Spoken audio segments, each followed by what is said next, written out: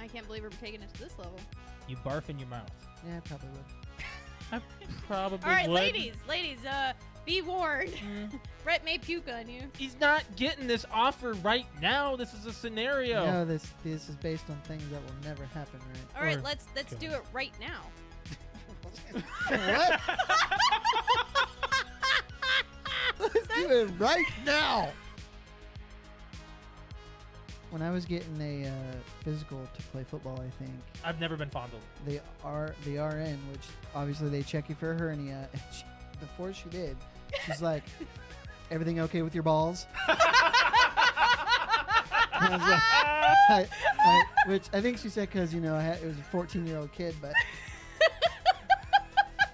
Well, see, here's the thing. I've always heard stories about that. Why is that so funny? It's the truth. They're that's checking for so- testicular cancer. It's so funny. no, she wasn't doing that. She was checking me for a hernia. Well, they're checking you for both. Well, probably. 'Cause they're looking for lumps, right? No, because They're like all. you can't. When they check for a hernia, they just Don't they grab it? Or? no. Have See, you, I've never I had it told done. you. Garfield and Friends from Pickle Aw. Fanboys. Now, which one? the second one, not the Yes. first one? This one. Times a hit. Yeah, I hate that one. one. There were two There's actual two- songs. there's two of Oh, them. well, The that's second what they. one, That's he sent me a picture. Ready, Ready two, to party! We're ready to party. We're ready. Dun, dun, I hope you bring lots of spaghetti. dun, dun. Come on in, come on down to Garfield and Friends. Come on in. It's time to party with Garfield, and Friends. And then I think there's another I love verse. how we all know that one. I think there's another verse. There in is. There's a little bit more to it. I have a list of movie titles that were almost called something else. Star Wars Episode 6 was almost called Revenge of the Jedi. We know this, right? Yeah. I mean, we're nerds. Alex might not have known that. I was like, what are you talking about? It's not Revenge of the Jedi. No, it's no, no. Return. I was like, bitch, you ain't no nerd. Head cheese. Head cheese? Mm-hmm. Texas Chainsaw Massacre. Alex? I have no idea. Yep. Yeah! Why, Nice. Why head cheese? Because I remember there's in the Texas Chainsaw, the remake in 01, they go into that rest stop Mm-hmm. and there's a pig's head Yep. in the display case, and head cheese is you boil How a did you pig's make head. that freaking connection, Brett? That is a photographic memory at Oh work. my god. What is the McGangbang? McDonald's McGangbang. Simply order a McDouble and a McChicken. The McChicken sandwich is placed directly inside the juicy McDouble, buns and all. So if a normal McDouble doesn't quite fill you up, take the chance by combining a McChicken McDouble from McDonald's secret menu. So then do you just order the two different pieces, or do you order You say, a I want the McGangbang? surf and turf, and they'll give you the two. And they'll give you the two and you put it together. I'm not into the fish thing, but I think I would do the McGangbang. Yeah. That does not sound right at all. You know what, honey? Let's try a McGangbang. Are you bringing that to the table, Alex? Are we We having can this set it on discussion? the table and do it right here on the podcast. Try a McGangbang on the podcast. Wow. Wow. So Die Hard started a I trend. hate Speed 2. Why? That's pretty It's bad. horrible. It's kind of like, it's more of a watch it because it's laughably bad. Yes. There are a few parts that I thought Sandra Bullock was pretty funny. She's a great actress, but she sucks in that movie. She cuts open the door with the chainsaw and she's like revving it. Can you guys get out? If you back up with the saw, What? if you back up with the saw, we'll give it a try. It's so bad. It is very bad writing. It is very bad. Bad. But I always thought of it as more of an action type than a funny movie, and it turns out this, like, as an adult watching it, it's a terrible It's film. horrible. That was a great That's great. quote by you, Yeah. John. I just got a Charlie horse in my thigh. Oh shoot! You okay? You're gonna fart or Do something. you need something? Hey, where's your Charlie Just give me horse? time. It's on the bottom of this thigh. Hey, you can do this. Put your foot out. Put your I foot can't out. Do it. move. Put your Oh shoot! Ah! Put it out. Now flex your foot up, like your toes towards the ceiling. It looks like you're trying to take a shit. What do you need to Well, I do? don't want it to look like What do you that. want to do? I'm trying to put my foot over there. Help me. My back's to the camera. No, you're fine. You're fine. You're okay. It's You're okay. ridiculous. You're okay. Let's do some We're doing some friggin' Christmas trivia.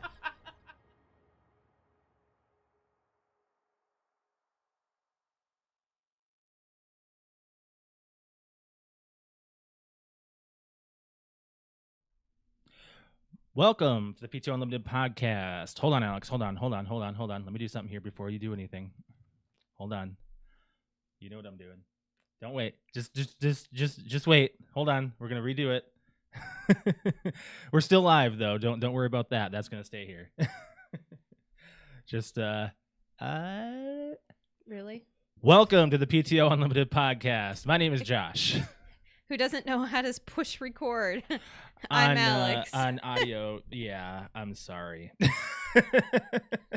About gave away free content. Dude, right there. I am not prepared anymore, like ever. Like last week, if you listen to the audio version of our show, I do apologize for that. I was all over the studio trying to get the keyboard to work, trying to get wires to untangle. It was a busy show for me to not be sitting down. So this episode, I'm not leaving my chair unless I absolutely need to, which Cade's in the room, so the possibilities are endless. Yeah, we'll see. Yeah, it's been a couple weeks since we've been live. We had a lot of stuff going on. We traveled. We had a toga party. We have to talk about those. But on this day, 17 years ago, Dead Rising was released on the Xbox 360. 17 years. Where'd you get? Sorry, Cade walked out the room and I got distracted. 17. 10. He's having a love affair with my shoe, which I just posted a photo on my Yeah, Facebook. I'll have to put that on our. doing that We again haven't put right any now. photos of Cade on our Discord. Yeah, we should probably be doing that. We should be. Yeah. So if you haven't heard of Dead Rising, you play as a character named Frank West, who is a photojournalist in search of a scoop. He goes to Willamette Town and discovers it's overrun by zombies, and he is inside of a shopping mall, and he has 72 hours to escape. 1 hour real time equals 12 hours in the game, so you actually have a specific amount of time to play it. Mm-hmm. He can move freely within the mall, except within areas that are initially locked off, and he has a security base in a security room, and he has mission and time-based objectives to advance throughout the entire game. It's a really fun zombie game. If you haven't played it, they've made a few of them. What, 4, I think there's that. Yeah, there's Dead Rising 4. Yeah. I only played 3 and 2. I never played 1. Mm-hmm. 2 was available when Games with Gold first came out. I believe it was Games with Gold. It was one of the first titles that was free. So I remember playing Dead Rising 2, and then when I got the Xbox One, Dead Rising 3 was pretty fun. It was a good introduction to the new console, but I mean, it wasn't anything to go home about, you know. It was a good zombie game. But what's your favorite zombie game? Probably Left 4 Dead 2? 2. Yeah, me Mhm. too. I can't get off of that being my favorite. And as many other zombie games as we've played, like Resident Evil. We've played quite a bit. Played some I Back love 4 Blood. Left 4 Blood. Left 4 Blood. Left 4 Blood. I love Left 4 Blood. I mean, Left 4 Blood, you know, that game that never existed. Yeah. It probably does exist, actually. But Back 4 Blood was terrible. Well, I can't say terrible. It wasn't our game It was style. fine. It wasn't a Left 4 Dead successor It at wasn't all. what I needed for the time being. No. Dead Island had potential. Dead Island 2 is fine. Which, by the way, I still want to finish. We got to finish that. I still want to Maybe finish we finish it. that on Sunday, yeah? Or we just get on and finish it right now tonight. Without Patrick? Oh, does Patrick stream tonight? I don't know. He usually does on Tuesdays. I don't know. We'll figure it out. We'll see. He hasn't, like, the Solaces have not been consistent due to their vacation. I know. lately. Summer right now, end of summer is throwing everybody's schedule Yeah, off. so like as far as a weekly update goes, Alex and I traveled to South Dakota for a weekend and saw my nieces and nephews every day. I mean, we didn't get a break from them, which is fine, but tiring and exhausting. Could have had a day where we just slept or just chilled, but it is what it is. We had a good time with them. A lot of photos, a lot of games played. We had a really Pixel did so good with He them. did. At the same time, he would like. Well, the first day was a little overwhelming for him, so we can understand why. Yeah, but He's not used to it. By the way, Pixels are little 2-year-old mini dachshund. By the way, for For those the audio uninitiated. audio listeners that don't He's know. sitting in my lap right now. But yeah, he did very well with them, and the kids basically had like the whole furnished basement to play. And so he would go down there, and then like 10 minutes later, he would come back up and go, "Whew, oh my goodness!" Like, like there was like 5 or 6 kids downstairs running around. Pixel. I don't think there were any accidents. No, there wasn't. He didn't have any poo-poo or pee-pee accidents. He was a good boy. That is amazing. I know. Unless we don't know of one downstairs that we didn't spot. I walked through that room a few times. Yeah. I walked around there too, just to check, mainly to see if there pee spots. You can't spot those all the time, but you can get a turd. Yeah. Mm-hmm. You can find those easily. But you know, as far as that goes, I don't think there were any other problems other than, you know, us not being able to see the air show. Yeah, I don't think sad. So. Yeah, that part was sad. But we also we were lucky on that aspect though, because we showed up just in time. Yeah, we went down to Sioux Falls or up to Sioux Falls to go see like an air show, which I've never seen before. I've never seen an air show, so it would have been fun to see. But they started grounding planes like right when we got to Sioux Falls because they said there was some nasty weather about to hit. Well, the nasty weather like was just like some rain here. It was lightning after a minute, and then it downpoured. And then it downpoured while we were eating, which obviously would not be good for an air show. But where we were staying at Josh's parents, they had like... Okay. They're fighting. Yeah. We had like, what, dollar size hail? Like silver dollar? Yeah, they were pretty big. Yeah, like big enough that it caused... They said at least quarter size. It caused... Oh, that was bigger than a quarter. Did you hold it? My brother works with insurance, and he's dealt with the calls out there. Yeah. He's so he... but it was significant enough that it like left dents and stuff in the cars that were outside, and our car was not there. And I was like... Whoo, that was good for us. It's very lucky. That's because we also have to get our car inspected by an actual dealership. So it's really lucky that we went through this entire road trip with no issue. Oh yeah, it was very, very I was nice. scared going through Chicago of getting rear-ended. I was so scared. There's a lot of stop and go, a lot of construction crap. Like I'm seriously upset about it. They need to fix that stuff. And Iowa, get your stuff together. When the speed limit says 65 and I'm going 75, you're passing me still? I mean, seriously, that's not on the interstate. That's on that highway that was north of 80 that we got off on. Both times, people are just they had like cruising. Their foot to the freaking floor. Yeah, like they are. Something's up in Iowa. Trying to get like around us and past us. I was like, dude, that the speed limit's 65, bro. I can only go so much, and when you can't get over because you're on the side of a semi truck and they're on your bumper. It's like, what are you gonna do? Yeah, it was that part of the. I don't know why Iowa was stressful. Out of all of it, I don't know. And Chicago was a bit stressful on the way for there. For you, yeah, I wasn't behind the wheel. Yeah, on the way there, it was stressful. Not on the way back. But that was our trip, good stuff. But can we talk about the shitty ending? Let's talk about that. The shitty ending was on our way back. We had an ETA of like 11 p.m. and we got home at like just after midnight, just with stops. Funny. Or 11 a.m. Or no, you're right. You're right. The reason why I laugh is because we never have our proper destination time for travel like that. It's always gaining an hour everywhere. Yeah, it's just no matter what we do. Stopping, getting gas, stretching our feet, adds time. So, but I felt like that was a pretty decent time. So the actual drive itself is like 13 hours long. Well, it turned into 14 with all of the stops. And there was like a nice stop in Chicago at that point with construction. So we were already dead tired. Josh had to work in the morning. I luckily didn't have to work until noon the next day, but I was still really tired. Yeah. And we get home. We have not had dinner yet. We're like, you know what? We're going to stop at like a 24-hour McDonald's, just pick up a 6-piece and some French fries and whatnot before we go to bed, which was down the street. So that was just after midnight. We go to get in line. We've already got our mobile order ready. And then this bitch in front of us at 12:05 in the morning on a Tuesday. It was a Tuesday. It was a Tuesday. Quentin loves that. It was a Tuesday. 12:05 in the morning, and then in front of us orders $54 worth of McDonald's. And that the 24/7 McDonald's staff, especially in our area, There's 2 people running the whole freaking building at that time. Yeah. So we pull up behind this bitch. Here's the thing. And we're in line. Hey, well, one thing I want to mention, she got a McCrispy, and it was after midnight, and that's not available.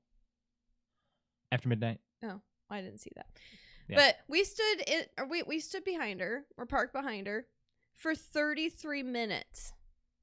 33 minutes, because we just saw her get one bag, and then another 5 minutes later, here's another bag. Because, they're making it to order. Another bag.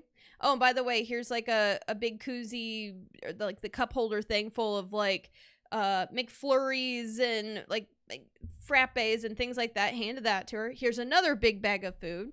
Here's another big bag of food. And then it was would you pull forward? So they pull her forward. They keep handing her more bags of food. Yeah. But yeah, and we eventually get our food.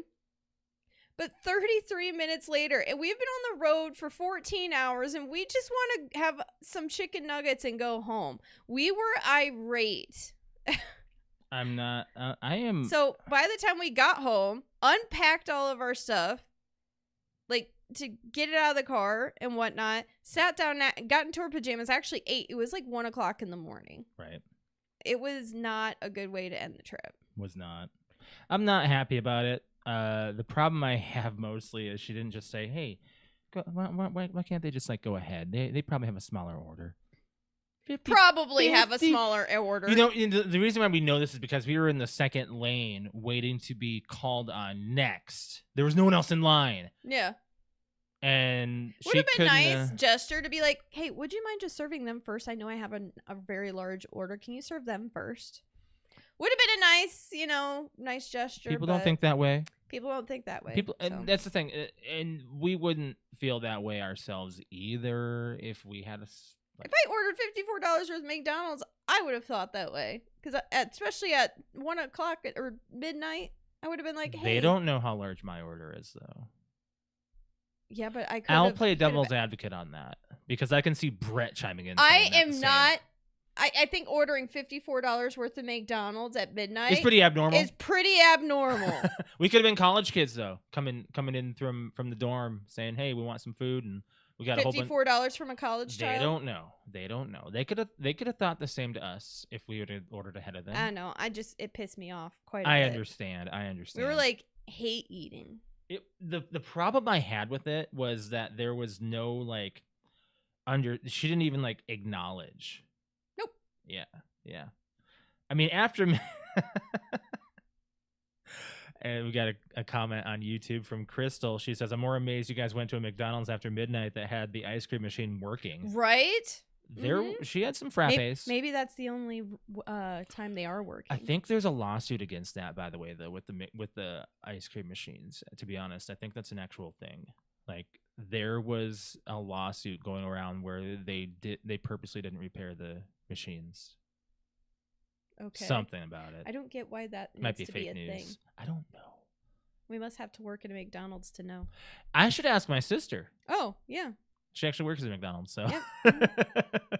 I should ask her and get the 411. I bet you at her McDonald's, it's always working. Oh, she is a professional, so probably, yeah. Mm-hmm. I mean, even when we visited and we were talking to her, she was still thinking about work the whole time and like chatting about it. And man, like she needed that time off too. You could tell the positivity was there, like all the happy. Like my family was really happy to be together. Oh yeah, it was really nice being back. Except for my older sister, she got food poisoning. I know, I felt really bad. We do need to talk about the toga party that we just had. That was pretty awesome. We hosted our second toga party. Second annual. Woo!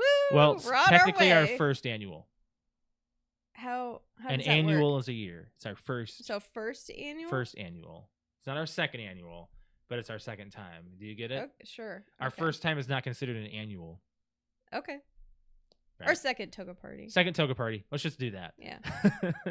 It was a fun time, smaller crowd, but that's okay. Honestly, that was fun because trying to entertain two rooms was better than trying to entertain 4 like last year. Yes. Holy yeah. crap. Oh my We had gosh. people in. There was like 25 or 28 Actually, if you people count the last outside, year. yeah, we had a big number. We had half that this year. Yeah, I was like, oh, this is actually kind of nice.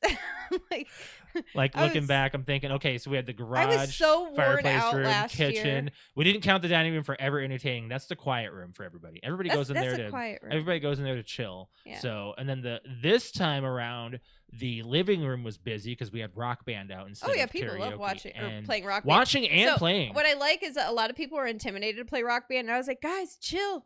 Guess what? There's this special mode called no fail mode, and you can strum and drum and do anything you want. And it's gonna sound a little bad on the screen. It'll sound bad, but you're not gonna like break the game basically, or have to like start over because you hit a button too many times wrong. Yeah. So exactly. I think they picked up on that and really enjoyed that, and that's why they kept playing. So it was a really interesting, like different time than last time, because when we were playing. We were doing last year's Toga party. I had the Rock Band set out. No one touched it. Well, it's did it because for the we had Halloween karaoke set up. I know. That was the thing. Like instead, we had a different setup this time. No karaoke. The garage was set up with beer pong, and people entertained themselves with that. A few games. We did play a full entire game of the card game Kings, which has been a success. Yes, and it was because we did make it through all 4 king cards, which is the rules. I think at one point I was in jail, which means I take a drink for everybody else that takes a drink. There were 4 people in jail at once. Yes, 4 people in jail at once. Josh got all these get out of jail free cards. I had 2 get out of jail. When I noticed the last 3. ones were, I had 3. You had 3. I handed them off to everyone but Grace because I was like, well, she was the last one in, and I was like, there's only 5 cards left or something. Like, you're not even getting hammered off that. So at one point we had the rule of thumb, which is like Thumb Master. Or Thumb Master. Just do like this. Which is you put your thumb on the table, and the last person to notice and put their thumb on the table has to take a drink. So we had that rule. Subtly, you know? And then we also had the T-Rex rule, where anything that you did, your elbows had to be to your sides. So you had to like grab your drink and drink your drink and everything. So I have a positive on that. I have really long forearms. Yeah, look at this. I know. I have a whole, look at this. Okay, well, if I didn't elbows, have... not your forearm. Elbows. Your elbows to your side. Yes. You can go out. So here's the thing. If I didn't have boobs, then I'd have longer arms. So I have a little bit less space than you to work with. If I didn't have boobs, I'd have longer arms? Yes, because look at how much it takes. Your boob to arm ratio is My different. boob to arm ratio is different than yours. If I still had the cups, I'd still have longer arms. Yeah, but when I grab the cup, I don't... No, my wrists are at my boobs. I can't. I have nowhere to like go. It makes it easier for you. So we had that rule. Then we had Little Green Monster, which anytime you pick up your drink, you have to take the Little Green Monster off of your cup. Yeah, off the table and off put the it on table, your shoulder. Put them on your shoulder. Take a drink. Take it's them like off your having shoulder. A ride, basically. And then and then put them back down. And then we had Pinky. That was a good one. Yes, that was a good one. Take your drinks like a sir, where you had your pinky out for a drink, where you hold your cup. You're saying that into the mic, too. I'm really sorry. I bent over for my water bottle. I'm so sorry. So you get your cup and you just pinky out, you know? Yeah. So we had to do like all of that, and I had to do that for every single time somebody took a drink, and if I did it wrong, I had to drink again. So by the time Kings was over, I was feeling pretty good. Mm-hmm. I had already started my drink off with liquor, so I was feeling pretty darn you mean good your after night off Kings. with liquor, not your drink. Yeah, I started my night off with a couple of rum and cokes, and then I went to a couple cider boys, and that was it. That was a good mix. And guess what? I made an amazing shot. The gummy bear shot? I think I made everybody hooked on it. You were using tablespoons instead of ounces. Yeah, but I looked up how much. You were spilling everywhere, by the way. By the end of the night when I was mixing, I'd already had the amount memorized. So I'm like, we'll do a little bit. Oops, a little bit too much more vodka. Oops, a little too much more schnapps. Oops. You know what would be interesting if you had a different like juice to work with instead of pineapple? So it would taste like a different gummy bear instead of a pineapple gummy bear. Yeah. Like you could have gone with like a basic lime or like a basic cherry or strawberry juice. Oh yeah. That kind of do stuff. something like that. Pink lemonade. Oh, using like really a strawberry good. crush or something. Mm-hmm. Yeah. Yeah. But yeah, we did that. Lemonade. Everybody, like after everybody took the first shot, they're like, oh my gosh, it's just a shot, because everyone's scared of shots. And then they took it and they're like, wow, that's actually pretty good. We went through the whole entire cherry vodka bottle, by the way. And peach schnapps. And peach schnapps. Like we that's how many shots we took. Yeah. Yeah, that was a lot of shots. I can't count how many shots of gummy bears. Oh, I didn't even count took. the shots I took. I don't even know. Maybe 4. I took maybe 4. That means you took double that. I took a lot. I don't think it was every time I wanted to take a drink, instead of me making myself another mixed drink, I was like, hell with it. You want another shot? You called out shots so many times. I was like, shots. That was so. And I never had anybody go, no. It was the same people. Sure, let's do another one. The ones who kept drinking. I mean, we let's be honest here. We had the youth there, like the 21s, 22s. Oh, that helped. That really helped keep the party going, because what we were doing at the same time was conversing with them. They had the high energy, so we're keeping the energy up. So that definitely helped. it was a good time. It was a really good time. We'll have to do it again. Next year. Next year. Yeah. And Everyone's togas the look really pallet's cute. still sitting out, by the way. The sign. It's still out front. We just leave it out year round. Toga party year round, man. Year-round toga. Woo! Yeah. But No, you it were was a lot of dressing fun. everybody. It took me a little bit to get ready too, because this face takes a minute, man. Yeah, I know, but you look hot. Thanks. You look really good yourself. You're looking good. Thank you. Anyways, so we gotta get into some playing and watching. We gotta talk about SummerSlam. That's one of them. Let's just talk about that right away. Okay. The card was fine. You had to take a nap during it because it was the Because I night was after. Well, I the was toga hungover, party. but I will tell you, for how much I drank, Yeah.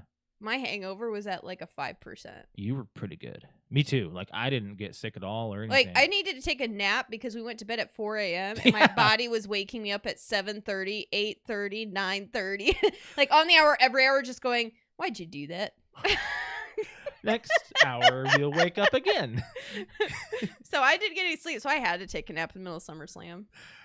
So I'll say you didn't miss much of the card. There is a new women's champion. I did wake you up for that one. The cash in. What were the first 2 matches? The first 2 matches. The opener was there was Logan Paul and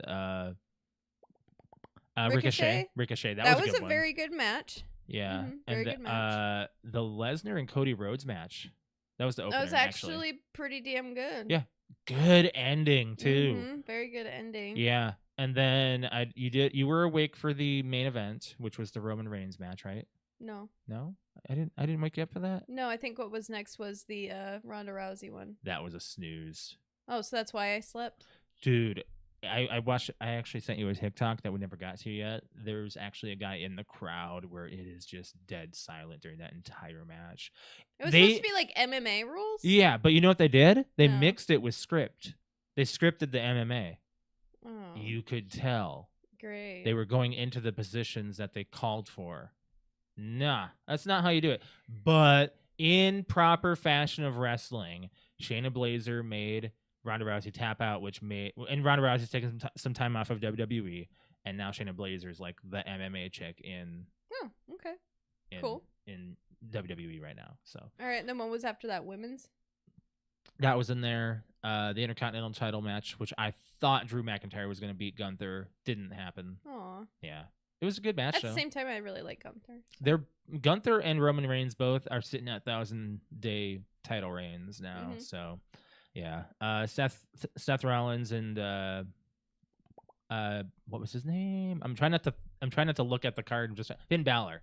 Yeah. That one was all of Finn Balor's teammates came out Judgment Day. So Yeah. you saw like Rhea Ripley and Dominic Mysterio and Damian Priest come out, and yeah, it still fell apart. It wasn't even that great. It was fine.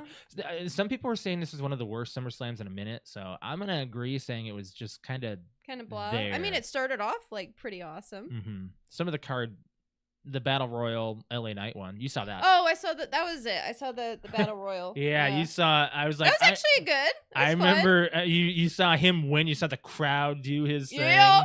LA Knight, yeah. Yeah. Like you just see it. Like the crowd I loves love him. it. Yeah. He people call him Stone Cold The Rock. Pretty much. He's both. Yeah. He keeps the audience engaged with whatever he says and has the momentum and ability to keep the energy up. It's really good. It's a good, like, he's a good energetic wrestler to watch. So we're kind of like back in it. I don't know if we're gonna watch Payback or not. That's the next month. Okay. It's a big maybe. But next I'm playing and watching. We're watching Twisted Metal. Yeah. Watched a couple episodes Yeah. of that. Yeah. That is the show in a nutshell, cheesy. Very cheesy, but addicting to watch. Yeah, I thought Sweet Tooth was going to be more of a threat. I thought that Mhm. there was going to be a bigger car chase between him and Anthony Mackie's character. I can't tell you. I can't tell you the name. I His don't remember. name. You called it with the main villain being Fake. fake. Yeah. What was her name? I don't know her name. This is the first time we started watching it. I don't know names yet. No, the actress.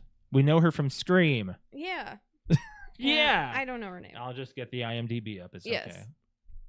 I'm not gonna spoil it. Do you like the show? Or do you feel like we need to watch a couple more episodes? I can't say whether or not it's amazing, but I'm just gonna. I'll say it's fine. It's fine because I've never been a really big Twisted Metal fan. I'd say this is pretty successful. Will Arnett being Sweet Tooth is fun. And you could definitely hear the voice. Yeah, Neve Campbell. Yeah, that's who it is. That's Raven is her name, by the way. And the main character is John Doe. John Doe. We knew that. No shit. We knew that. My God. And they did name the chick his partner Quiet. Quiet. Her name is going to be but Will Arnett being the voice of Sweet Tooth and Samoa Joe or Joe Cianoa is his actual name, playing Sweet Tooth. That's pretty. I like that. I like that they got a pro wrestler in there. This is interesting. There's an actress in this that doesn't have an arm. Oh, well, that's cool. We're gonna have to wait. We're gonna have to use that. We're only a couple of episodes in, so Thomas Hayden Church being in this is weird too. He's just a weird. I don't know. We'll have to see where that character's gonna go, kind of thing. But yeah, I'm giving the series just a. We're still gonna check it out. Yeah, we're still gonna check it out. I'm going back to Futurama. I'm watching all of the Futurama episodes. I've watched all of season 1. Because the latest season is starting now, and it just seems like a good time to get entirely caught up and watch the entire show when I'm working. Futurama's a great show. It always has been. Yeah, I don't know why we don't watch it enough. No. I've seen it quite a bit. You're watching Naked and Afraid. I love Naked and Afraid. By the way, the girl did not get a second partner, and she went. I fell she asleep. made it. She made the entire. She made it. Mhm. Oh, good for her. She got bone marrow. I don't know if you saw that scene. No. She got bone marrow saw her from get the a snake. carcass. What? I saw her get a snake. Oh no! And you then saw her with the carcass. Yeah, I did. She did not get sick off that. No, you lucky bitch. Yeah, I know. Real lucky. She chopped off a carcass's leg after it was already like. She doesn't know how long it was dead. there. She doesn't know how long it was dead. It was starting to smell. Yeah. So that's long enough. She cut off at least a fresh part, and I was like, "Ooh, you're risking it for the biscuit, honey." And it worked. It worked. So she got the bone marrow out of that too, and yeah, lasted. Damn, good for her. So I don't remember the PSR and like everything, Okay. but she made it. She got out on her That would've extraction. been me. So she did really well, knowing at least that you can do bone marrow as like another thing. You can cook the bone over the fire and you can teaspoon it out. That's kind of gross sounding, you know? It's gross, but you got to do what you got to do to survive. It's like butter. They said it's a lot of calories and really just Bone marrow is what makes your blood. It's so weird. It's so It weird. is. It's so weird. I just can't think about that. It's so weird. Blood itself is weird. You're weird. Oh, I watched the Cody Rhodes documentary today, by the way. I watched most of it with you. Do you remember when you saw this in his promo after the Royal Rumble where he came out against Seth Rollins and he had that big bruised arm and stuff? Do you know what he did? Nope. He tore his pec by working out. Ouch. Yeah. By lifting. By lifting? Yeah. But not doing a move. So the doctor said, well, he had to go through actual physical therapy. Surgery. Oh, surgery. Like full attachment surgery and everything. Oh, so, he like tore his pec. yeah, they actually show the opening of his shoulder. Like, Oh, it's pretty messed up in this. he tore his tit. Yeah. I mean, but the thing is, when he did that match, the doctor said he can't do any more damage. You've already damaged it enough. Can't do anymore. He could do the match, whatever. Can't do anything. Can't make it any worse, bro. Just go ahead. Could you imagine the torment? No, it would hurt. Yeah, it's pretty messed up. So it probably didn't hurt where it was actually showing stuff because I think that was probably underneath where it hurt the most, Yeah. and none of that was getting attacked during the match Oof. and stuff. So, but that's pretty messed up. But yeah, I watched the whole Cody Rhodes documentary that's on Peacock. The Cock, as Alex goes for. The Cock. It's good. It's really good. It's 2 hours worth of seeing. It's basically like a whole start to finish one that we would watch with like John Cena and all them that we used to. It's one of those pretty much.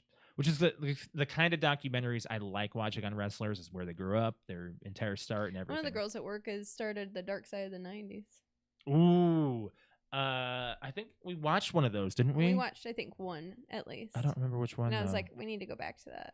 We'll have to look into that. We did. I know we talked. Did we finish talking about Severance on the show? I don't know. I don't remember. I can just tell you if we didn't talk about it, I'm pissed. I don't think we did. I don't think we did. No, we had didn't. 3 episodes left. Yes, we didn't. We did talk about it 10 out of 10, 11 out of 10, 12 out of 10, whatever I can give it. This show is amazing. It's fucking amazing. We didn't get to finish talking about this. It's such a great show. Holy shit. I'm going to tell the audience real quick. I'm going to tell the audience. What you're going to do is you're going to put that note of it's an amazing show and you're going to put it on the back burner and in your pocket. You're going to forget about You're it. going to forget about it. And in about like April of next year, 2024, then you're going to go, oh man, Alex and Josh on the PTOUnlimited podcast, they talked about this show called Severance. I'm supposed to remember to watch it. I'm going to watch it now. And you'll appreciate us. You'll appreciate everything we just did for you. Because this show came. When did it come out? What season? Last year. Season 1 came out last year. Josh and I just watched it now, July of 2023. And then as soon as we watched the season finale, I get on Google and say, "Hey, when's the next season?" 2?" And there's a fucking writers' strike going on. Yeah. And they started the production, but cut it off in May. They couldn't do it. Yes, because of and this. they said it's projected hopefully the beginning of 2024. Yeah. But by the end of 2024 was when they'll probably release it. Was when they'll release it. And I was like, I grabbed Josh in like the fake choking Why'd you position. do this to me? And I was like, why did you let me watch this right now? Like, I want to know. It's so good. They leave you with one of the biggest cliffhangers like ever. I was like, but I want to know. Let me go through the cast here, okay? So you got Adam Scott as the main character. He plays Mark, and my God, this series I'll look afterwards and see if they got any awards because it's on Apple TV. Yeah. Zach Cherry plays Dylan. He's the larger guy who holds the doors open at the end. He is phenomenal towards the end of this series episode or season. What's gonna happen to Dylan? He's so hashtag good. Hashtag don't kill off Dylan. Britt Lower, who plays Helly. I fucking hated her the first 2 episodes, and then I learned to go, wow, she's awesome. Tremel Tillman, who plays Milchick. Oh God, the security guy. Amazing. Messed up. Miss Casey. The you know who she is, right? Yes. I'm trying to think. The therapist. She's like HR, basically. Played by Deachin Lockman. Wow. Yeah, very wow. John Turturro, Christopher Walken, both in this. Irving and Bert, they're great together. Patricia Arquette playing Harmony Cobell, Miss Cobell. Wow, it's just great acting. We can't say it, but the last line, like, look, the last line is like giving me goosebumps. The last line that Mark yells at the end, I'm like, okay, we have to see when season 2's coming out. Let me guess. Because Josh's like, oh, well, season 1 came out last year. We're watching it a bit late. Maybe it'll come out in like a couple months. We got like a year and a half. What the fuck? They did win an Emmy for outstanding main title design. That's a stupid win. But they won something. They won a primetime Emmy for outstanding music composition for a series. Great music. Oh yeah, music is the amazing. Music is amazing. They've gotten nominated for Outstanding Supporting Actress by Patricia Arquette. Mm-hmm. Nominated Outstanding Lead Actor, Adam Scott. Mm-hmm. Outstanding Director, Ben Stiller. Oh, yeah, Ben Stiller directed this shit. My God. Outstanding Supporting Actor, John Turturro. Yep. Outstanding Supporting Actor, Christopher Walken. Outstanding Writer, Outstanding Production Design. Outstanding if you have single camera picture editing. Of nerd in you, you will watch. This is the nerdy show. So you will watch this. The basis of this show is you it's go to work. Dramatic nerd show. You go to work. You go home, and they're separate with your minds as soon Yeah. as you enter this elevator. Yeah. But there are other things about this It company goes deeper. that goes deeper. It's just insane. It goes way deeper. I can't say Nope, I can't you can't say anything. anymore. You can't say anymore. It's really good. Yeah. You better. Basically, it's just Severance is about this program that you go into work, and instead of going into work and then coming home and then you're exhausted and you're burnt out from work and things like that, you go into the elevator and you have like a chip in your head, and when you get to work, your chip turns on, and now you're not you. You're you, but you're not you. Yeah. And then when you get off the elevator, your chip turns back off, and now you're you. So when you go into work, you remember going into work and coming home. So you're not burnt out and anything, and it's just a turn your brain off and on button. Yeah. And this shit's fucked up. There you go. There's your. You don't know how deep the rabbit hole really goes. Oh, I'm sure it goes deeper. You don't know what else you don't know. I know. Because when they introduced the goats, what? I know that there's so many questions just with the last episode. All of the other offices, what are they printing? What are they sending out? What are they gathering with those numbers? What does the company even do? What are they? Why are they scared of the numbers? What is this? There's what so we're many saying, questions. What we're saying are things you're gonna ask as you're watching the show. It's like Lost, and I don't know. There's some other drama in there mixed in, like Truman Show. But kind of stuff. It's a nerd intense drama thriller. I saw that go down as soon as I itched my nose. But it's amazing. I totally agree. It's like 11 out of 10 good. It's amazing. Yeah, I agree. So with that, other than playing, just doing Fortnite, I don't think there's really anything else we're really doing. I went back to Warzone on stream on Saturday. I'm not going back again. Sorry, Patrick. It's just not for me. But the problem is right now, I might have to find something else even, because Fortnite now has an anime edition brought in where you have this energy that you can throw at. It's kind of like in Dragon Ball where you could throw like energy. Or Destiny. Yeah, kind of like that. It's just like that actually. Mm-hmm. Yeah. Should we talk about the announcement? Go on. Oh, yeah, I guess we can, but yeah, it's a pretty big announcement. We're talking about video games. But it was very It's predictable, but it's an announcement. It's also a lie. Call of Duty said that they were not bringing out an annual title. I know. Activision said this. I know. It's a lie. It's a lie. Mm-hmm. Are we mad about this? I'm getting another game. Are we buying this? Probably. It's such a lie, though. They said they weren't doing another title. So Modern Warfare 3 is confirmed November 10th. And we can pray and hope that it's good. It's not what I want. I know I'm not getting that until probably Here's the next thing. year. Here's the thing. By then, it might be on Game Pass right away. Yay. Because the acquisition is official. I don't know if we talked about that. It's not 100% been purchased, but there's no more case to it. Wait, I thought they said that they were going to be holding on to the titles till 27. Huh? Sony. Or not Sony. What? Hold on to the titles. Not. The deal. You're talking about the deal with Xbox. Yeah, Activision. They were Blizzard. holding on to their main titles like Call of Duty. Oh, no, I'm not worried about. No, I'm talking about the acquisition is still happening so that Call of Duty might be coming to Game Pass before November. That's what I'm trying to say, but it said they were still not letting that happen until 27. Is that what's been That's what I thought. We just watched a TikTok on it, like an update. No, that they can still have Call of Duty on Sony. Oh. Yeah. Okay. But they might be losing out on that too because they wanted Overwatch in the deal. Yeah. And I don't know why they said no to that. Overwatch is worthless right now. It's a worthless IP. It has a big community. 2 doesn't.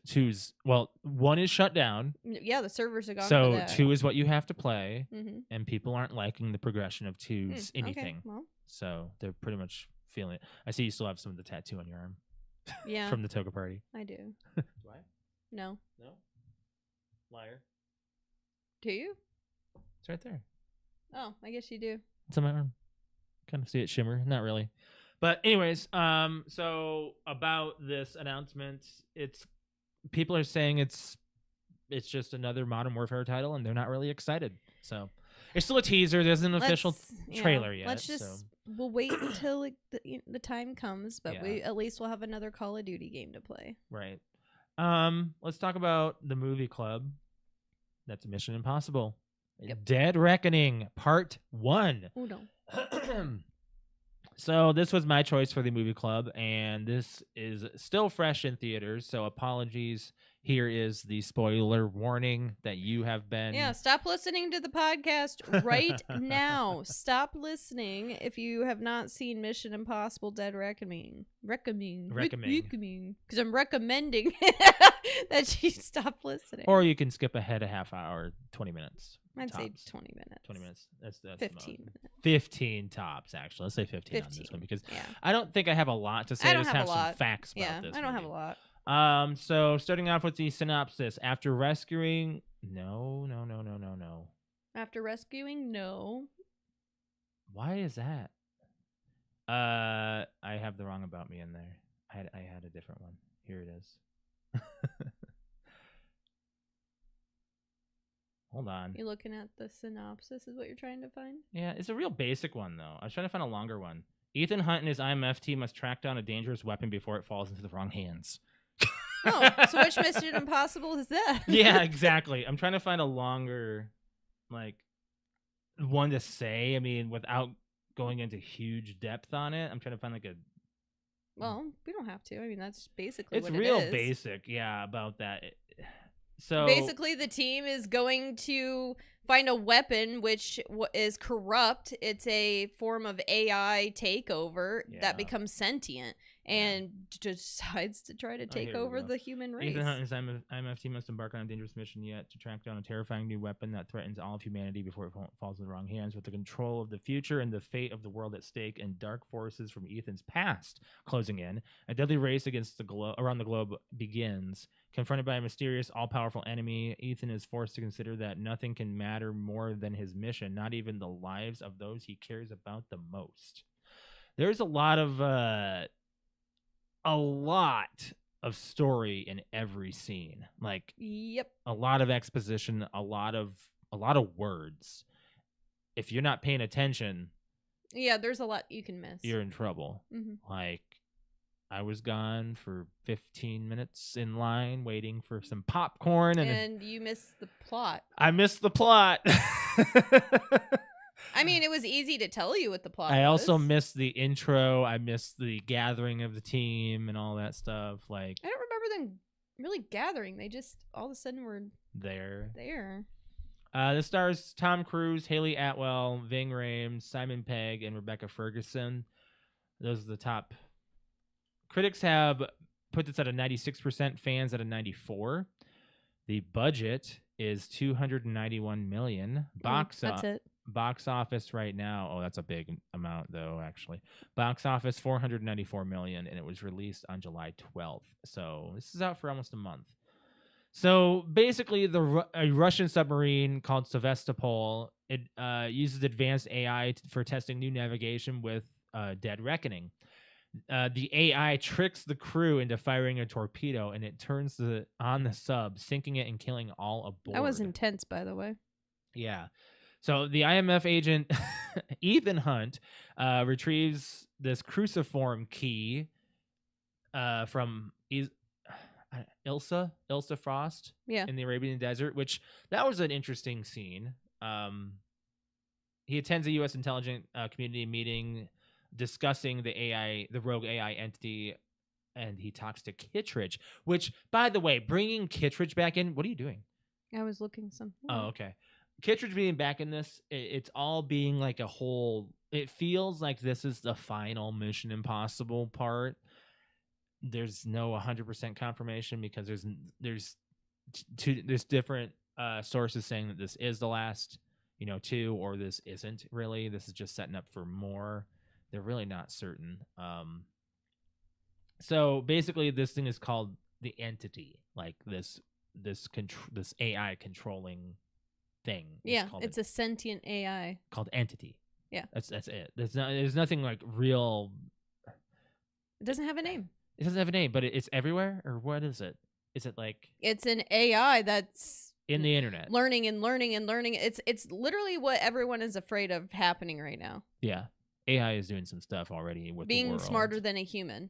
And being able to be smarter than a human faster than a human. The amount of people that aren't Because humans aware make of mistakes.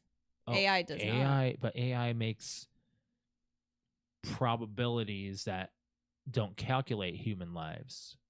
Mm-hmm. And we have been testing that and shutting down AI because there was one, I don't know if you remember this, where it tried to take over, and this is an actual military test, veering off of the movie here, actual military test where they were doing like an AI taking over doing missile testing. Yeah. But they didn't actually launch the missile, they just did a scenario.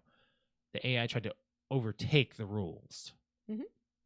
Like, no, because it had no... like, you don't set the rules, boundaries kind of stuff, and try to do it another way. Yeah. Because it has no... Not taking into account has no other things. It doesn't have empathy. It doesn't have it doesn't human have, it doesn't feelings. take other variables in, maybe, or it has to have all the variables punched into it, and not all, and it's not going to have it yet. Yeah, so that's what people are scared of with our ever-growing use of AI right now. So I this use movie is like the tiptoe of of what is AI, to come, maybe, and hopefully not. Hopefully not ever happen. Right. It's not just whose AI, it's just what AI is going to break free and start taking things over, Terminator style. Yeah. So Ethan, back to the movie here, Ethan gets the key off of Ilsa and then tries to find the other key off of this thief all of a sudden, like, and then that's how she was introduced. She just pickpocket. What I don't understand is those sunglasses that Ethan was wearing. He saw a person, but that wasn't really there. What is that about? So his glasses are augmented reality. Okay. And it was made to be able to find the key. So when you actually see him have the glasses on, this is a part Josh missed. So when you're looking through his vision, he can see people and he's tracking. He can see the key on somebody. Well, it also can see people and do face recognition and things like that. So the AI was inside of his sunglasses. The AI tapped his sunglasses. And was there the whole time. Yeah. Trying to find. So is the AI itself trying to find the keys so it can control itself? My guess is the AI, that it is the deadliest weapon on Earth. So the AI wants the key to control its own weapon. Its own weapon. It doesn't have control of that weapon. It's just a sub sitting there. Yep. At the bottom of the ocean. And nothing can do anything with it. Like, it can't do anything unless it has the key. Interesting. Yep. Yeah, her name is Grace. The thief. The chase thief. Yeah, there's just after all of that, let me go into, like, they go into a train, and that is basically the whole, those are the basic scenes. Like, those are the big ones right there. Then there's a whole train chase scene, which, my God, that was insane. That was quite a long train to go. You didn't, yeah. Yeah. And there was something else in there. There's another scene in between. The car chasing scene. That was so dumb. They really could have shortened that up. They could have taken that out entirely. Basically. It was very comedic. It was comedic and a waste of time. I got tired of him hitting things with his car. Yeah. Like, it wasn't funny anymore. It wasn't funny anymore. It was funny the first couple, like, scenes, and that was it. Yeah. But I will say, this felt like Harry Potter and the Deathly Hallows Part 1. Very slow, and every scene has so much information that if you leave the theater, you're completely lost. Like I was for a minute. But I just let it go. But here's another thing I have to say to the audience. If you didn't see Fallout, don't see this one. And if you didn't see and don't watch Fallout without watching Rogue Nation, and the same goes for the previous Ghost Protocol, because they all are connected in some way. Because they're actually all written or directed or produced by the same guy. Like, they have some, like, Christopher McQuarrie has been attached as screenwriter, producer, and or director on all of those. And then, like, so that's like 5 Mission Impossibles he's been attached to.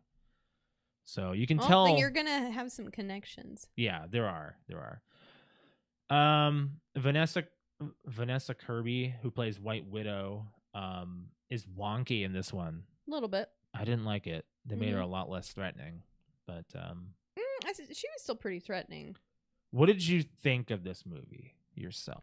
I liked it, but I really liked your description you gave, Brett. It's a Tom Cruise movie. Lots of running and action and predictability. Other than like a few things thrown here and there. Mm-hmm. But honestly, I feel like because this is a part 1, that's why. Because I think it's setting up for the bigger ending. I think part 2 is probably, with all the information we have and the story built up to where we're at now, I think part 2 is going to be better. There's no Jeremy Renner in this one, so he did not come back. I've been wanting to see if they're going to bring back other older characters that we haven't seen, like the Billy from Mission Impossible 2. We haven't seen the 2 from Mission Impossible 3 that were in that movie. We haven't seen them come back. I just wonder, like, we're bringing back some older characters every now and then, like the fact they brought back Kittredge this time around, and they're still bringing up Max, who is the actress is still alive. I don't know why they declared her dead, like Max is dead, like because they called the White Widow the late great Max's daughter. Mm-hmm. So she's dead in the series. She's 80 years old. She can still she's doing theater. Okay. So maybe she can still do it. I it. think that they were just Maybe like she didn't want done to. with the character. I don't know. Some facts about this movie. There were frequent delays of filming due to COVID-19. Oh, of course. That ballooned the budget to $291 million, making it the most expensive Mission Impossible film and the most expensive film of Tom Cruise's career. Wow. Filming started in Venice on the same day northern Italy locked down for COVID-19. Oh, that's talk about bad timing. Production was hastily moved to Rome, only to be shut down again. Yep. I was like, literally anywhere you go from here, it's gonna have lockdown. Yep. When Ethan and Grace meet for the first time at the airport, Tom Cruise insisted on performing the magic trick with the two halves of the key practically. Despite numerous failed takes, the desired effect was ultimately achieved in camera with little to no visual effects. Oh, I missed that. Yeah, you did. Because it was right when I walked in there at the airport. He was just dun. That's real. He did a good job then. Yep. While filming in Italy, 12 people on the set tested positive for COVID-19. As a result, the filming resumed in the UK. Tom Cruise personally paid £500,000 for an old cruise ship for the cast and crew to isolate on. Damn. So, good for him. Yeah. The opening credits do not appear until 28 minutes into the film, which in my is case, when Josh left to here's get the thing. popcorn. I didn't think there was gonna be an opening like thing. I was like, oh, this is gonna be like the first Mission Impossible without one. I'm gonna guess this is gonna end with the Mission Impossible. No, it theme. was like 2 minutes after you left. The opening credits came on. Yeah, I'm pretty mad about that. I was like, my stomach was killing me. I needed food, and I got popcorn, which is and some candy, which is Meh. Got some Butterfinger though. That was pretty good. So. Yeah, Henry I'm going to butcher this last name. Czerny, Szerny. Czerny returns as Eugene Kittredge after the first Mission Impossible in 1996, turning him into the longest absent character to come back to the series, which is what I'm talking about. They got to bring more people back. The movie begins on a Russian submarine, and the dialogue is spoken in Russian to English subtitles, and then suddenly after the word Sevastopol, which is the submarine's name, the dialogue changes to English, and soon after that, the subtitles stop. With this similarity being just like The Hunt for Red October, this happens in the same way with Valkyrie, also with starring Tom Cruise, where they go from German to slowly fading into English, which shows that they're still speaking it in their tongue, but they just didn't want to continue the scene that way. So I like that version where you kind of just veer into it. It's like, oh, so they're speaking this, but so they don't need to do that. They've just put it into English. Tom Cruise and Ving Rhames are the only actors to appear in all 7 films in the series. However, Simon Pegg has been in every film since the 3rd film, and Rebecca Ferguson has been in every film since the 5th. With a runtime of 2 hours and 43 minutes, this is why I thought I had plenty of time to go get food, because there's how much am I going to miss? I should have gone during that chase scene. You should have gone. Yeah, it was like 30 minutes of sitting in that yellow car running around for nothing. It felt like it probably. It probably wasn't that long. Oh, I bet you it was. This is the longest Mission Impossible film to date, beating the previous Fallout at 2 hours and 27 minutes. This movie was released 27 years after the original Mission Impossible. During filming in Britain, Tom Cruise reportedly made at least 2 rants against the crew members. And we know about this, him yelling at the crew members for violating COVID-19 guidelines. Standing less than 2 meters apart was one of them, which resulted in at least 5 crew members quitting. One rant was expletive-laden and initially released by the U.S. Sun. Some celebrities, including George Clooney, supported Tom Cruise. I don't know how to feel about it. I really don't know. You have to be there. You have to be their situation. The stress, that's on him. First of all, he did pay for you to be there, to be isolated. Yeah. He did that for you. He didn't have to. We're never not going to know unless we were there. There's 2 sides to every story. You hear about actors freaking out on set. You don't know what they're going through. You really don't. Tom Cruise probably had everything on his shoulders. He lost a lot of money on this, hoping it would gain something, which so far has. It's gotten double. So good for them, at least. I feel him. I feel for him. On Tuesday, January 15th, 2019, Tom Cruise revealed that the initial planned release date was set for 2021. This is how far back. We're pretty far back. This is how far back this Mission Impossible was. What's up? I was just trying to see if this was still relevant, and it is. The 8th film was penned for 2022. So this is how much COVID set back everybody's lives. When this movie came out, Mission Impossible Dead Reckoning Part 1, on July 12th, Tom Cruise turned 61. He's not really. Oh, yeah, he would be because he's the same age. Like, he's my parents' age. So yeah, or around my parents' age. Well, and yours. Yeah. There's a lot of callbacks to the first Mission Impossible, like when Kittredge and Hunt meet. Kittredge says, "I understand you were upset." It's a callback to the Mission Impossible 1 where he says it at the dining room table. Yep. That kind of thing. Since she had little to no dialogue on screen, French actress Pom Clementif, who played Paris, the assassin, had to convey her emotions primarily through visual gestures. So she studied a lot of videos, and she found that it had a subtle yet menacing demeanor to make her this way, and so she had to be the silent but deadly. And she was very good. The film has had 4 release date changes. It was originally set to be released on July 23rd, 2021, so that was the actual date. This is the first Mission Impossible in the series since 2 to not involve J.J. Abrams. So that kind of is weird.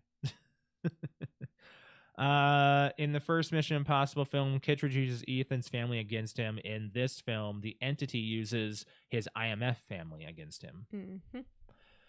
Due to the release of Barbie and Oppenheimer, the film suffered the biggest second weekend box office drop of any film in the franchise, 64%. Wow. Surpassing Mission Impossible 2, which was 53. Dang. So, yeah. What do you think ratings-wise? For me, I'm going to give this an 8. Because long, there's some stuff to it. I'd say that yeah, I'd say an 8. Like, I very much enjoyed it. I didn't go, oh my God. The only time I went, oh my God, this is taking too long was the car chasing scene. Everything else seemed like it was put into place very well. Nicholas Hoult was supposed to play the villain. That would have been amazing. Who is it in the latest movie, Renfield? Yeah. And one of Alex's favorite. You love him now, don't you? I've liked him since Warm Bodies. Yeah. He's just got a nice cuteness to him. He plays the Beast in X-Men. He's cute. So the cliff dive that he did was performed 6 times. Tom Cruise. Oh, I had no doubts that he did that himself. Tom Cruise performed over 500 skydives to learn how to control himself in the air. Yep. He practiced the ramp over 1,300 times. The only CGI used for the scene was to digitally erase the ramp that he had to use. Oh, because there was no proper incline there. Yeah, you were gonna hit the cliff if you were didn't gonna have hit the cliff, an actual definitely. like lift. So yeah. There's only one other thing I want to say about this. The White Widow is now been portrayed as Max's daughter. You can see her acting in this. She was in the previous film, and nobody really called it out, but I could see. I was like, is she supposed to portray Max like in a different way? Like, is she part of her clan? But yes, it's also been proven that yes, she is. The This movie has a lot of information, and the scenes are really drawn out. But it's fine. It's a good movie. Mm-hmm. See it.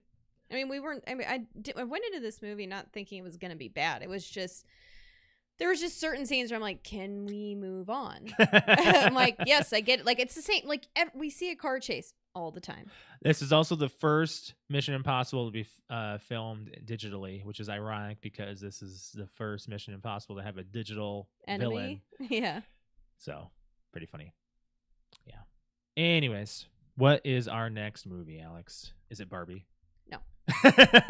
I'm surprised. No, it's not Barbie. We're not going to do Barbie? I think we might. As much as I still want to see it, like the hype for me is kind of dumbed down a little bit. I think we might wait for it to hit streaming. Okay. And watch it then.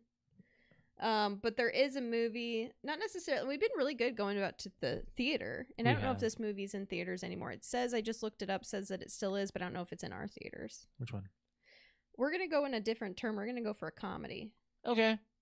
About time. I've been wanting to see it, and I don't know if you have, but I really, really want to go see. Oh my God! Hold on. Really? You didn't have it ready? Hold on. It just passed me.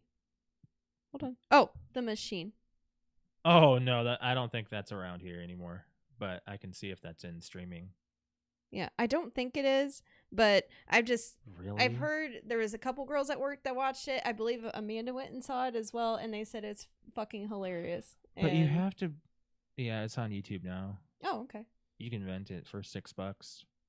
Sweet. We can watch it that way. Okay. This is very interesting. What? Whoa, boy. Okay. So The Machine is the Burt Kreischer movie, which just came out. It's 2023, almost a 2-hour-long movie. The past comes back to haunt Burt Kreischer when a murderous mobster tries to kidnap him to atone for his crimes. With the help of his estranged father, Burt must retrace the steps of his younger self as a sociopathic crime family goes to war. Starring, okay, first of all, the names on this are so weird. You got Mark Hamill in this. Okay. Of course, you got Burt Kreischer. Yep. Let me show it all here.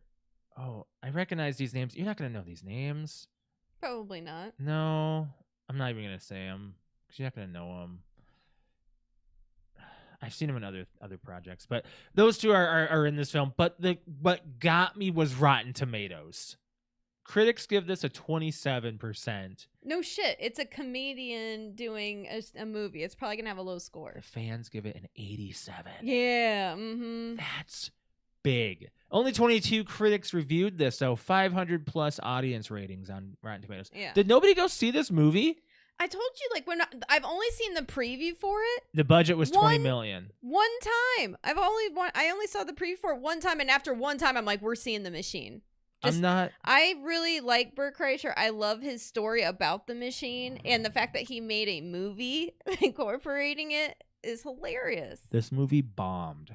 No shit, it probably did. Hard. It got 10 in million. Yeah. Oh, well, let's give him $6. Let's give him 6. We will watch The Machine. Okay. I'm not upset about because of the fact that the audience rating is so much higher. That gives me There's at hope. least 2 people at work that have seen it that I had brought it up last week, and they're like, "You haven't seen that? Oh my God, it's so funny." We have been passing. And I'm like, I've been so busy, man. We've been passing on comedy movies because, come on, let's be honest here. They've been hit and miss. They've been real hit and miss. Hopefully this is to good. The point that Adam Devine from Workaholics says that Marvel has actually destroyed comedy movies because you got these $1 million box office blockbusters. Nobody wants to see a comedy. They want to go see Marvel. Right. I just made my point. Yeah. By him saying that too. But right now, I don't want to see Marvel. I'd much rather go and see a comedy. But instead, we went and saw Mission Impossible, which was a $200 million production. We saw Oppenheimer, which was probably about the same. We saw The Flash. We've seen Guardians of the Galaxy. I did like that. Again, making the point that Adam Devine made. Yeah. But We can pepper in an indie film there. We saw Sound of Freedom, but we did. Yeah. we're not gonna beat around the bush that we did see blockbuster movies We did. this summer. But I feel like we're not only seeing blockbuster movies. Like, We kind of did. But I want, like I was just saying, like I was like, oh, I was hoping The Machine is still in theaters because I'd really like to go to the theater watch it, but I guess it's not. Since it bombed so hard, no one was gonna keep it. Oh, well.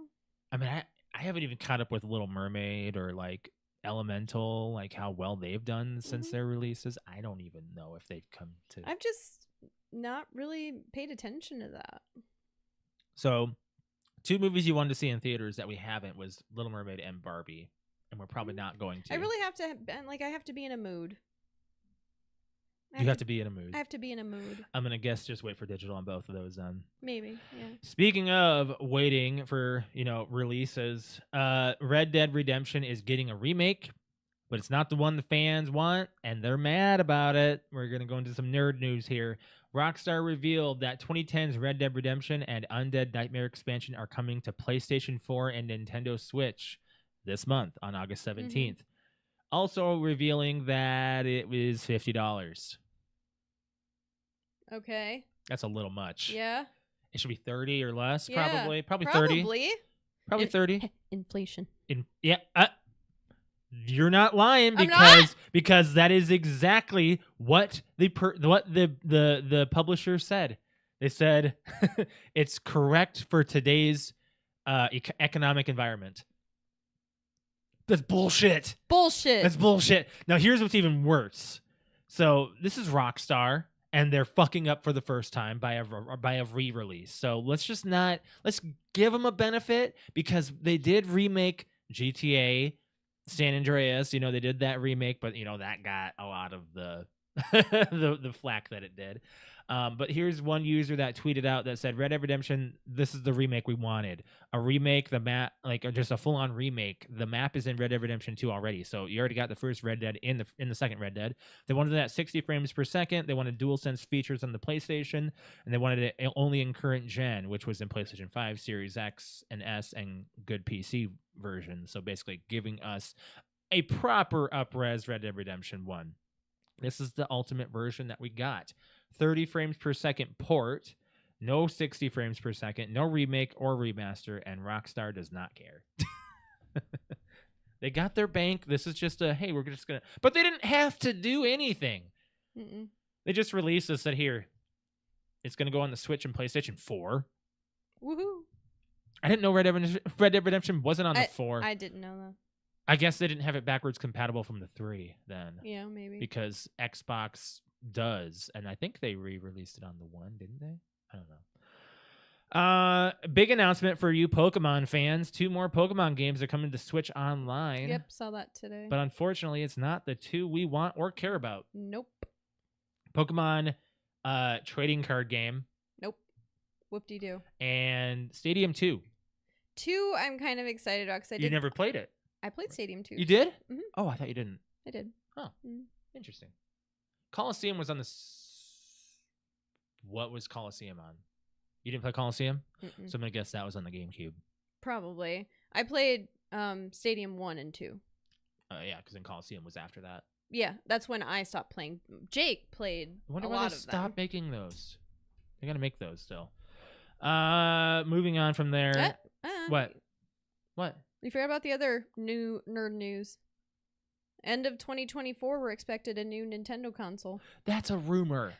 According to Polygon. I know, it's all over the place. Polygon's not alone. I've seen it on IGN. I've seen it on it's a very strong... It's not like been announced by Nintendo themselves, but there was a leak, and it's apparently a strong enough leak that it's probably a thing. You think so?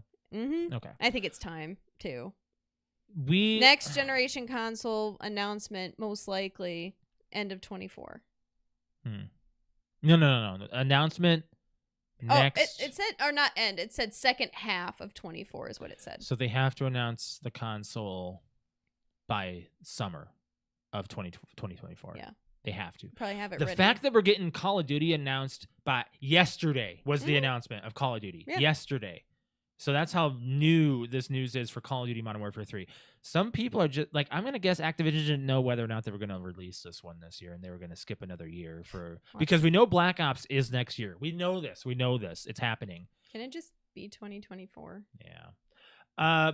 Another big nerd news announcement. This is actually news, not announcement. This is news. Twitch streamer arrested after giveaway turns chaotic. Oh, I forgot about Twitch that. streamer Kai Sanat, or Kenat, I'm not certain how to pronounce his name. I'm going to call him Kai. He was taken into police custody after a chaotic event in New York City. He promoted a huge giveaway in Union Square Park, offering free PlayStation 5s, gaming items such as gift cards, and hundreds of dollars, basically. Yeah. Crowds gathered over an hour before the event, leading to massive and unruly behavior. Videos show showing people in the public climbing buildings, throwing objects, and densely packed crowds. New York Police Department and New York City public transit accounts warned people to avoid the area. Kai posted a video from the event with his crew, then entered the crowd and was immediately surrounded. Oh, yeah. And it was chaos. People crawling and grabbing onto his car as it was driving off. Yeah. An estimated 1,000 police officers responded to the situation. Numerous arrests were made. No significant injuries were reported. But the fact is that they captured video of people falling off his car as he was driving away, going at least 20 miles an hour or more. And I mean, that's fast to be landing on concrete. Mm-hmm. It is what it is. Chaos captured in videos on social media. It's unclear if Kai intended a giveaway or why the crowd grew so large and unruly. Kai has millions of followers on Twitch, YouTube, and Instagram. He's known for comedy content, pranks, and games. So I'm hoping this isn't a prank gone wrong. So that's yeah. Can you imagine what his streams are right now? Like people just being mad, like that they didn't get anything or that I think stuff he's in went jail wrong. unless he got released. He got arrested. Yeah, he probably got released right away. I mean, he could have made bail. Yeah, that's what I'm saying. If saying. he has that many followers, he's probably making an amount of money on his streams that he can afford that. If he has, you would think anyway. He's probably got advertising just deals. guessing. If he's giving away things like that and he has people gathering like that, probably. All right, I want to get into one other topic here before we get out of here. This is a little bit of a touchier kind of. Actually, it's an anti-touchy topic. Anti-touch. Mm-hmm. Okay. Do you know what a sleep divorce is? No. Now, I am by no means saying I want this, but this is something that's going around. A lot of Americans are doing this. In fact, excuse me, 1/3 of Americans engage in it, and up to 50% of millennials are doing this. Excuse me. So, a sleep divorce is what? Where you sleep in separate bedrooms. Oh, I've seen it. I've seen it too. Yeah. It's such a weird concept to me. Mm-hmm. This is by U.S. News. They did an actual survey and everything, so we're going to go through this. Yeah, I know somebody personally that fits that exact statistic. Getting a good night's sleep is important for both health and happiness, so it's no surprise that some couples choose to sleep apart for their overall well-being. In a recent survey by the American Academy of Sleep Medicine, 20% of people say they occasionally slept in another room to accommodate a bed partner. 15% said they do so consistently. So that's already big numbers there. About 45% of men reported sleeping in another room occasionally or consistently. About 25% of women did this. Okay. So leaving the room just so they can sleep elsewhere. I enjoy sleeping with you. I am not saying I want this in any form, but this is... The proper response should have been, I enjoy sleeping with you too. I enjoy sleeping. Honey, baby, sweetie.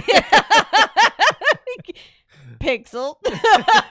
We all know Pixel likes sleeping on us. Yeah. He's such a weighted blanket. So this also went into generational differences in this study too. So as I said before, 43 to 50% of millennials occasionally or consistently sleep in another room to appease a bed partner.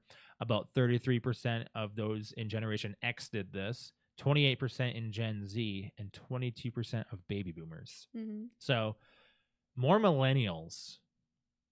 Yeah. Although the term sleep divorce seems harsh, It really just means that people are prioritizing sleep and moving into a separate room at night when needed. Who can afford an extra room and an extra bed? Some people have that. I'm just saying. That's like, the other thing I'm thinking. I was bedroom like, and living damn. room. I'm saying bedroom and living room. Let's Oh, say that okay. for an example. All right. Yeah, it's just a sleep Anytime separation. you and I have ever had to sleep. Yes, we're talking about it. You're yawning. Don't make me yawn. Anytime you and I have had to go to sleep, I think we've only ever been separated to sleep. Yeah. When? Well, when you went on your bachelor party. No, like if we've been in the same household or same. Never. Never? Never. Yeah, I don't think so. I think we've always, no matter how drunken the situation was, we always made. I never woke up. Well, wait, it's that one time. There was that one time I took the bed and you were sleeping in the basement. What? Yeah. When was that? Oh, that's when we visited here. We had that party and I slept in that bedroom and you were down in the basement with Greg and Bree and I think Sheldon was there. It's when Greg caught the carrots with the garbage bag. I remember that, but I don't remember sleeping down there. Yeah, you slept on the bunk bed. I did? Yeah. Oh, well, see, that doesn't count because I don't remember. No, but we were hammered. I was talking about the other time where I woke up in And that I was in the bedroom, bathroom? and you were in the bathroom on the floor sleeping. I was sleeping in that bedroom and I went into the bathroom. Yeah, but it doesn't count because I don't remember you sleeping in that bedroom. I woke up and I looked over and said, "Where's Josh?" He's He's missing. pantsless on his back in Underneath the the bathroom sink. underneath the sink while it's running. Wondering where the hell he is. I was having a sleep divorce. It's okay. So the times that we don't remember sleeping together have been like, what? How did I end up here? Most of the time, it's like, what are you doing? You asked me what I was doing down there. I looked around. You looked I around don't like know. days. You're like, I don't even know how I got here. Luckily, I didn't hit my head on the And sink. then you're just like, where's your pants? I don't know. Faucet running and everything. Bodies against the door.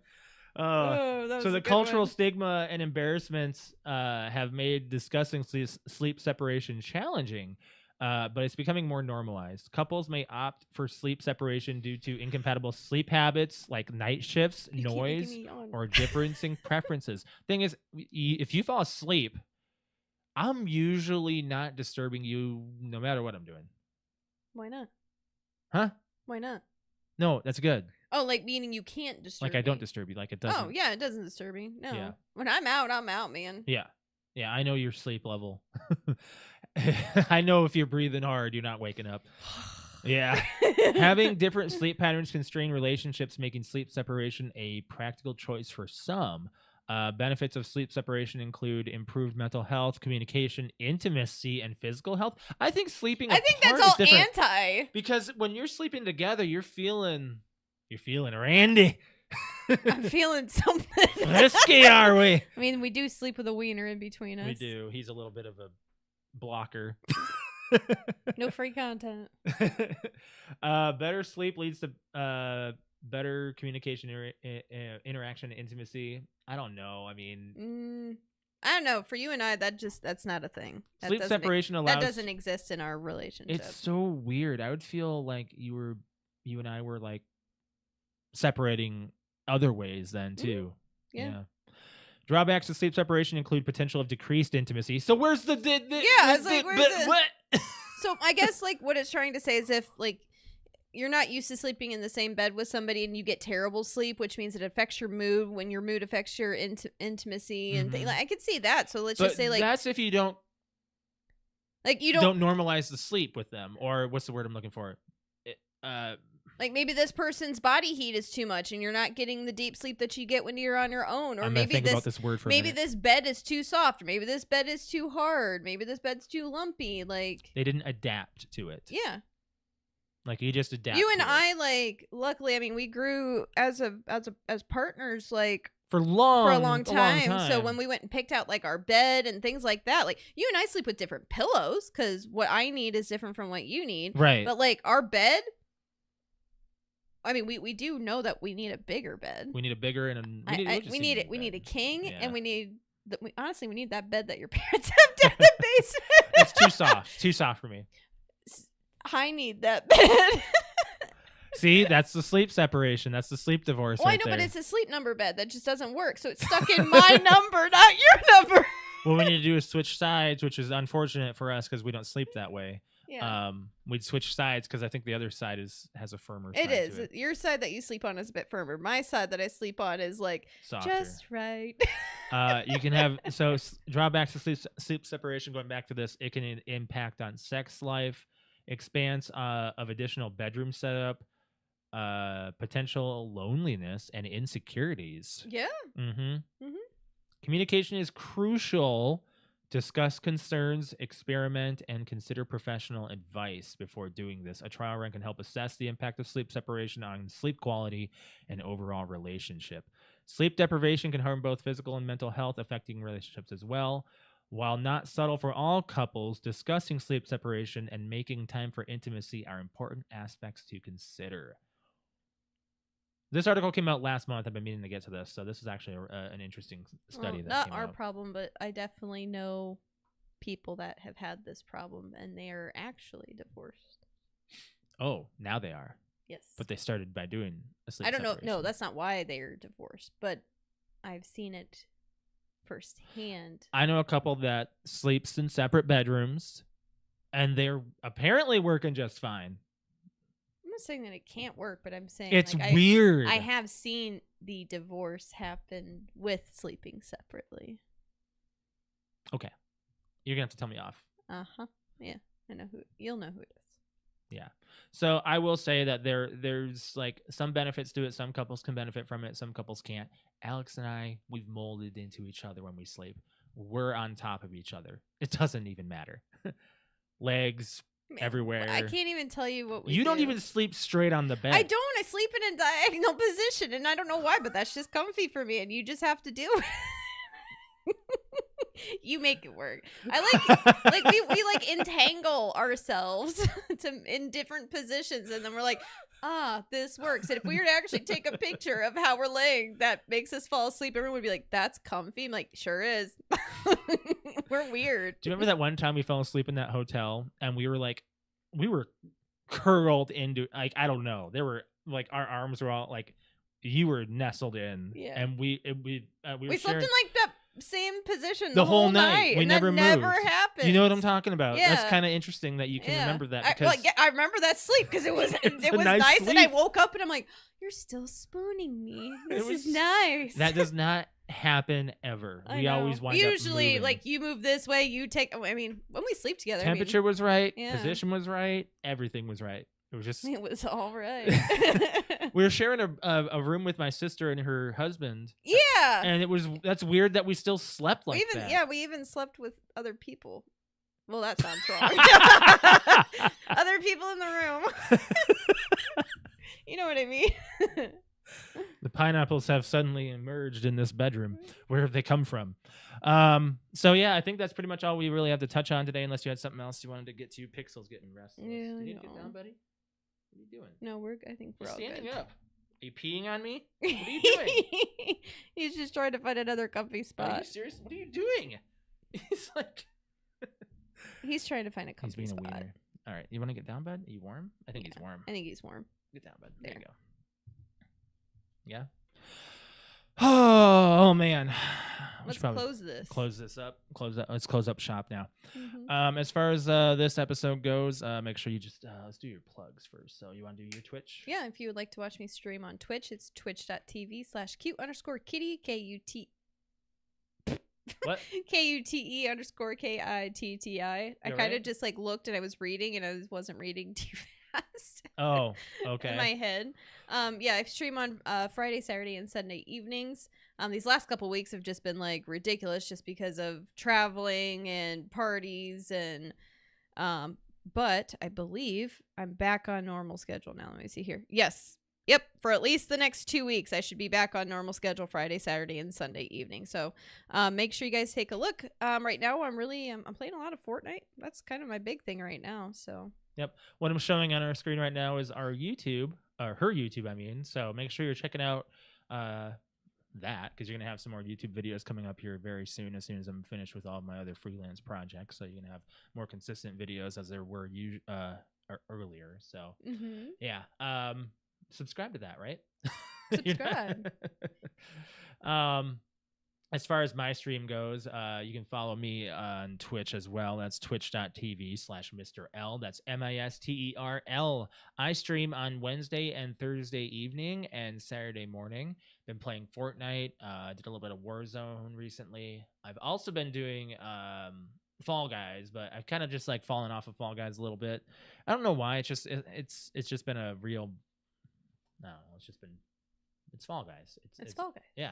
So what I'm going to show here on screen right now is me playing Fortnite here. This is the last ring where Patrick and I actually won duos last weekend. This was actually me playing as the T-800 from Terminator. I'm really happy they brought that in. Yeah, it looks really cool. Yeah. We're in the last ring right here, and I think I take this guy down. Yeah. Grab this crown. Yeah, that was kind of smooth right there. It was really smooth. I killed. I'm not gonna grab any of your guns. That was John Wick, right? I'm just gonna grab this crown. I think that's who I shot up. Yeah, there's only one person left here, and I just want to show this last kill. With the latest update on Fortnite, they've added some nothing like the Bender's ray gun is what I have. It's okay. I like it. I just don't like that it overheats, but I get it. Yeah. Patrick and I are trying to get the end here done. I'm more of an assault rifle person, and I use that. You make me super sad. Well, I'm not a DMR person. I know, but when you do use it, which is what I have in my hand, I didn't know I was gonna fall on off that. You're lucky there. When you do use the DMR, I get so angry. I can't follow him like you do. But that's how I play. Like, there's your win. That's how I play. Like with every DMR in every game. Yeah. Right. Oh, so I have a lot of fun playing. Why don't you make your announcement too? Yeah, actually, I do have to make that announcement right now. Yesterday. Today? Yesterday. Today? Is today? I was positive. That's why I. Let me check my calendar. Or wait, no, yesterday. Yesterday? It was yesterday. Yesterday, I started streaming in 2019. So yesterday was my 4-year anniversary. In doing that, to celebrate that, I should say, not in doing that. To celebrate the anniversary, I have a new intro made with new clips. Still the same music, but new clips added in, so it's just a more updated intro. I like Pixel being in it. Mm-hmm. I like it. It's cute. So that I will be releasing on, I think, Thursday. I don't know if I'll have it ready for Wednesday's stream, but yeah, I think I'll have it ready for Thursday. But as far as our stream podcast goes, make sure you guys are hitting the like button on this video. And if you are not subscribed to our YouTube channel, please subscribe to the PTO Unlimited podcast. We'd appreciate it. Hit that bell to be notified when we're live, which is every other Tuesday for this summer at 7 p.m. Eastern Standard Time is our regularly scheduled programming. You can follow us on our social media, which is Facebook, Instagram, and Twitter. PTO Unlimited is what you'll search. PTO Unlimited _podcast on Instagram is what you'll search on there. Make sure you follow in the Discord. Check out the merch. Alex and I are both wearing merch from the store. She's got the Thank You Daddy shirt, which has the cute kitty logo on the back. And I'm wearing the Fast Action Response Team Syndicate's Farts F logo shirt. So those are 2 shirts that you can get in the store. And if you want to follow me on Twitter, it is @_Mr. L. Cute _kitty. Yeah. I have so many different ones now. I'm like, oh my gosh. Like I was thinking of like my YouTube and my Instagram all at the same time. I couldn't remember what has the underscore, what doesn't. Right. The final note. Do you have no anything going on this weekend in your calendar? Is this the one weekend you have? It's not been confirmed yet. Is that still the thing we were planning on Sunday still with your sister? No. I have something that hasn't been confirmed yet, like a bachelorette party version 2. Yeah, that's what I was talking about. Yeah, Saturday afternoon. Oh, I thought it was gonna be Sunday. No, it was like Saturday afternoon is supposed to go to like a winery for a couple hours, which I mean is fine. I'd still be streaming, but that's I think literally my only plan. Yeah. Are we going to the movies at all this weekend or anything? Are we seeing anything? We can go see Teenage Mutant Ninja Turtles. We could also do that. So. Yeah, maybe. I kind of want to be outside a little bit. Summer's going away. I'm losing my tan. I checked the weather. It's supposed to storm on Saturday. Yes, it's supposed to storm all week. Screw it. Tired of it. There's still sun rays outside when it's raining. Let's just go get struck by lightning. It's all right. It's all right. We can YOLO. Yellow, man. Let's YOLO it. All right, we're gonna get out of here, guys. I appreciate everyone joining. We're gonna go have some dinner now. It's 8:30. So you guys have a good rest of your week. Next 2 weeks. We'll see you in what's 2 weeks. What's today's date? The 8th? Yeah, 2 weeks. That would be 22nd. 22nd. Wow. End of August. So we'll have some news about that. What's going on at the end of August too, to talk about your cosplay stuff. Yep. So we'll catch you guys later. You guys have a good one. Bye, guys. Bye.